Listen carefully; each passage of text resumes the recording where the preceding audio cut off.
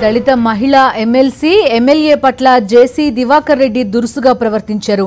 జేసీ తీరుతో ఎమ్మెల్సీ శమంతకమణి కన్నీరు పెట్టుకున్నారు. అమరావతి ప్రజావేదికలో కోట్లను పలకరించేందుకు వచ్చిన ఎమ్మెల్సీ శమంతకమణి ఎమ్మెల్యే యామిని బాలను జేసీ కసిరికొట్టారు. కోట్ల సూర్యప్రకాష్ రెడ్డి సర్ది చెప్పినా జేసీ పట్టించుకోలేదు. మరిన్ని వివరాలు మా కరెస్పాండెంట్ స్వామినాయుడు అందిస్తారు. స్వామినాయుడు ఎందుకు అలా వ్యవహరించారు? జేసీ ఏమన్నా టికెట్ కేటాయింపుల్లో ఉండే అసంతృప్తి ఇట్లాంటి కారణాల వల్ల అలా చేశారా? Out of ఫ్రస్ట్రేషనేనా?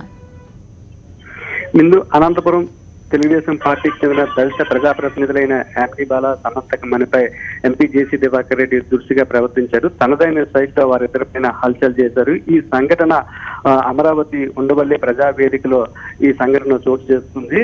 అంటే అనంతపురం పరిధిలో ఉన్న సింగనమల అసెంబ్లీ నియోజకవర్గానికి సంబంధించి ఎమ్మెల్యే అభ్యర్థి ఎంపికకి సంబంధించి ఈ రోజు సమీక్ష సమావేశం జరగనుంది. ఈ సమావేశానికి సింగనమల ఎమ్మెల్యేగా యామిని బాల, ఆమె తల్లి శమంతకమణితో పాటు స్థానిక ఎంపీగా ఉన్న జేసీ దివాకర్ రెడ్డి కూడా హాజరయ్యారు. ఇదే సమయంలోని అక్కడ కోట్ల సూర్యప్రకాష్ రెడ్డిని పలకరించడానికి వచ్చిన శమంతకమణి యామిని బాలపై జేసీ దివాకర్ రెడ్డి ఒక్కసారిగా విసిగిపడ్డారు.